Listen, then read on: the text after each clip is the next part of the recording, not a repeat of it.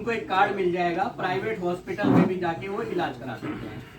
दूसरा, गरीबों के लिए हर सरकार काम करती है और करना भी चाहिए, पर अपने जो स्टेट है या हमारी राजधानी है उसको भी उसका स्तर ऊंचा उठाने के लिए भी काम करना चाहिए।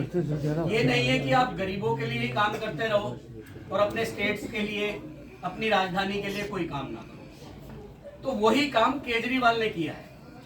उसका एम सिर्फ और सिर्फ ये था कि वो सत्ता में किस तरीके से काबिज रहे। उसके लिए उन्होंने वही कांग्रेस वाली रणनीति अपनाई कि गरीबों को लालच दे दो और सिर्फ लालच दे दो, उनका स्तर मत उठाओ। पर मोदी जी भी उन्हीं गरीबों में से निकल कर आए हैं, क्योंकि वो भी एक स्टेशन पे चाय बेचते बेचते हमारे देश के प्रधानमंत्री बने, तो उनको गरीबों का दर्द मालूम है। और वो उनके लिए ऐसी स्कीम्स लेके आ रहे हैं, जैसे पहले कांग्रेस पेंशन देती थी तो वो कैश में देती थी, तो जो नेता लोग होते थे वो 80% पेंशन खुद खा जाते थे और 20% गरीबों तक पहुंचती थी। तो उन्होंने ये समझ के जनधन खाते का अकाउंट जो चालू करवाया जीरो बैलेंस का, वो सिर्फ मोदी जी ने इसी सोच के लिए करवाया कि भ्रष्टाचार ना हो। राजीव गांधी ने अपने वर्डिंग, उसके खुद के वर्डिंग थे कि हम 1 रुपया सेंट्रल से बेचते हैं और जो गरीब आदमी को वो 10 पैसे मिलता है। तो मोदी जी ने जो स्कीम बनाई है, चाहे वो 2500 की हो, चाहे वो गरीब महिला जो अपना गर्भवती महिला हो उसको 21,000 रुपए देने की हो, 6 पोषण किट हो, वो सारी स्कीमें उनको ऊपर लेके आने के लिए।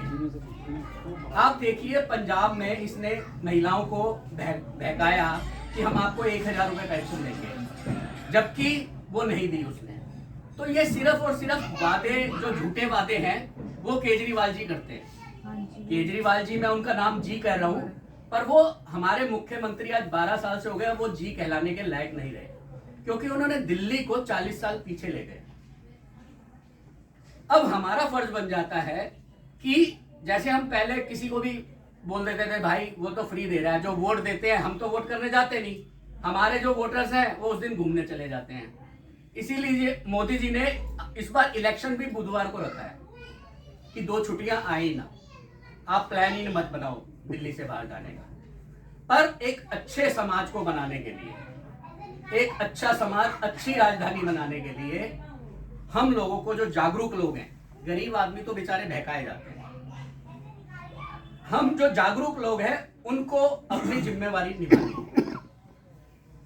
हमने समाज को समझाना है, गरीबों को समझाना है, और जो गरीब हैं वो हमारे, हम कहते हैं कि झुग्गी में रहते हैं, पर वो हमारे टच में है, क्योंकि वो कहीं ना कहीं हमारे घर में काम करते हैं, कहीं ना कहीं हमारी फैक्ट्री में काम करते हैं, कहीं ना कहीं हमारे ऑफिस में काम करते हैं, कहीं प्रेस वाले हैं तो कहीं सब्जी वाले हैं, तो डायरेक्ट हमसे टच में है। तो हमें उनका भी सोचना है। और हमें जीतना कैसे है, हम जाके बोल देते हैं भाई गरीब केजरीवाल तो उसको 1000 रुपए फ्री की, अभी उसने क्या किया देखो कितना शातिर है। पहले बिजली फ्री, पानी फ्री, वो गरीब आदमी की नब्ज पकड़ता है। बसों की यात्रा फ्री।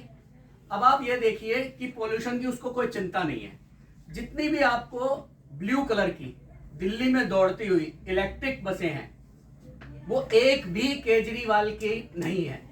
वो सारी की सारी आपने उसमें लिखा हुआ होगा सेंट्रल गवर्नमेंट के, उससे मिली है केजरीवाल को। उसको हमारे पोल्यूशन की चिंता ही नहीं है, उसको दिल्ली के पोल्यूशन की बिल्कुल भी चिंता नहीं है, ना दिल्ली के गरीब आदमी की।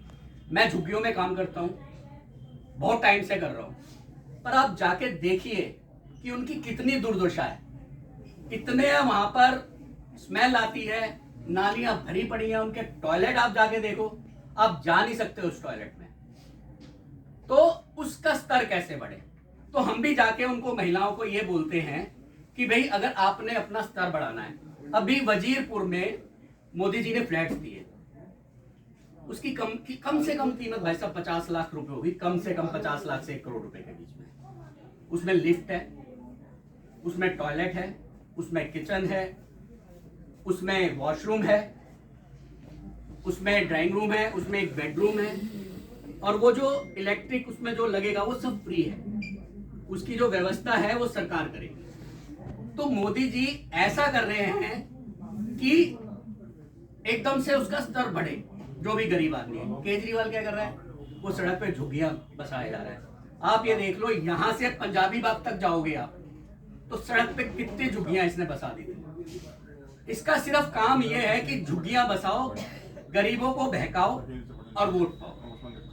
हमें इस बार वो नहीं होने देना है। इस बार का इलेक्शन बहुत महत्वपूर्ण इलेक्शन है दिल्ली के लिए। अगर इस बार भी केजरीवाल जीत जाता है तो दिल्ली रहने लायक नहीं होगी भाई साहब, आपको दिल्ली छोड़नी पड़ेगी।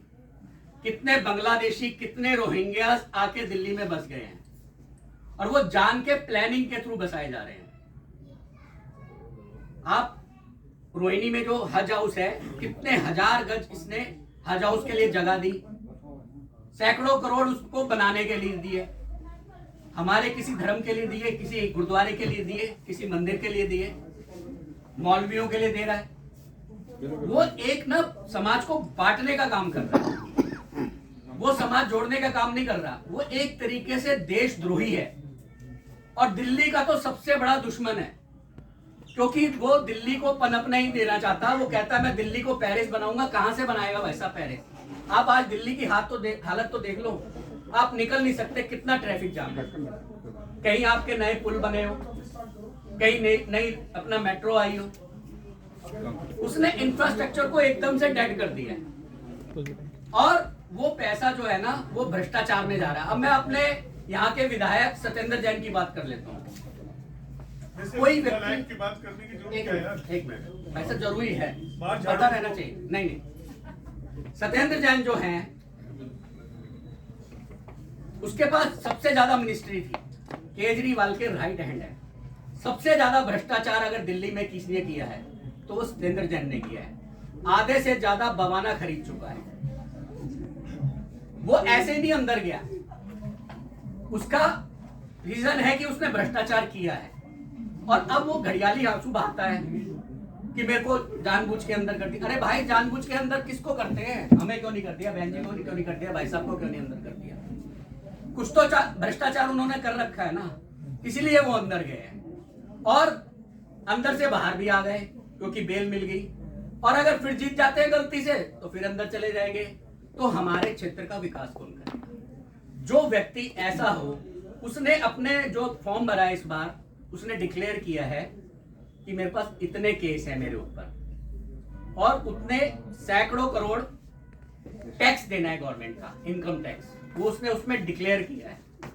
तो भाई इसका मतलब वो भ्रष्टाचारी है ना, टैक्स की चोरी कर रहा है ना, टैक्स ही नहीं दे रहा।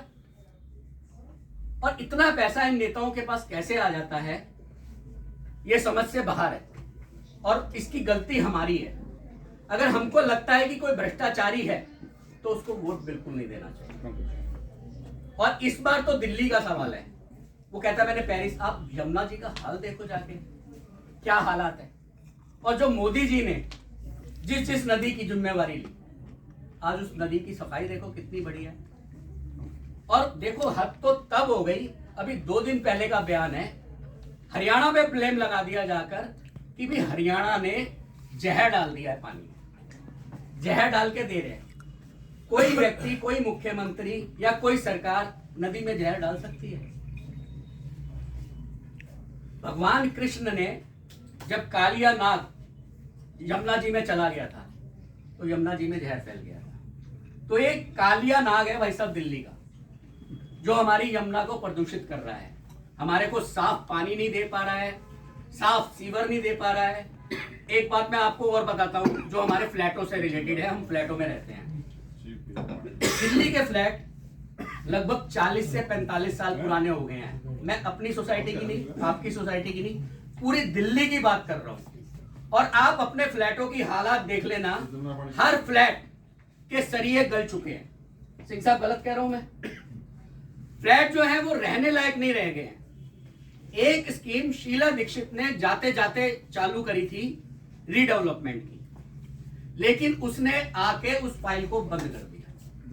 रीडेवलपमेंट की स्कीम क्या थी मैं आपको बताता हूं कि बिल्डर्स आएंगे, जितने भी फ्लैट्स हैं अपने खर्चे से इसको हाई राइज बिल्डिंग बनाएंगे जिसमें 25-30 मंजिल की फ्लैट्स होंगे और बाकी फ्लैट आपको जितना एरिया है उससे डबल एरिया देंगे, कुछ कैश भी देंगे जो फ्लैट ओनर्स हैं, और साथ में उसमें एक कंडीशन थी ईडब्ल्यूएस फ्लैट की, जो हम गरीबों को बात करते हैं ना ईडब्ल्यूएस फ्लैट की। बिल्डर्स को कहीं ना कहीं उसको ईडब्ल्यूएस फ्लैट भी बनाने थे और उसको वो फ्री में देने थे। उसमें कहाँ अड़चन आ रही है, उस स्कीम में ये अड़चन आ रही है कि अभी वो स्कीम जो है वो 100% फ्लैट्स वाले मानेंगे तब वो लागू होगी, जबकि उसमें अमेंडमेंट होनी थी